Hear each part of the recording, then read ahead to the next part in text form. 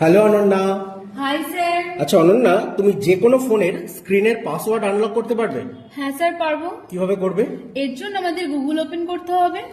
এখানে আমাদের সার্চ করতে হবে ডক্টর ফোন, এরপর এন্টার প্রেস করতে হবে। এরপর ডক্টর ফোনের প্রথম ওয়েবসাইটটি ওপেন করতে হবে। এখানে ফ্রি ডাউনলোড অপশনে ক্লিক করে আমাদের সফটওয়্যারটি ডাউনলোড করে নিতে হবে। এরপর সফটওয়্যারটি ইনস্টল করে নিতে হবে। এরপর ডেস্কটপে এসে সফটওয়্যারটি ওপেন করতে হবে। এখানে মাই ডিভাইস অপশনে ক্লিক করতে হবে।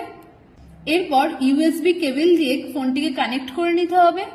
এরপর টুল বক্সে ক্লিক করতে হবে এরপর এখানে স্ক্রিন আনলক অপশনে ক্লিক করতে হবে।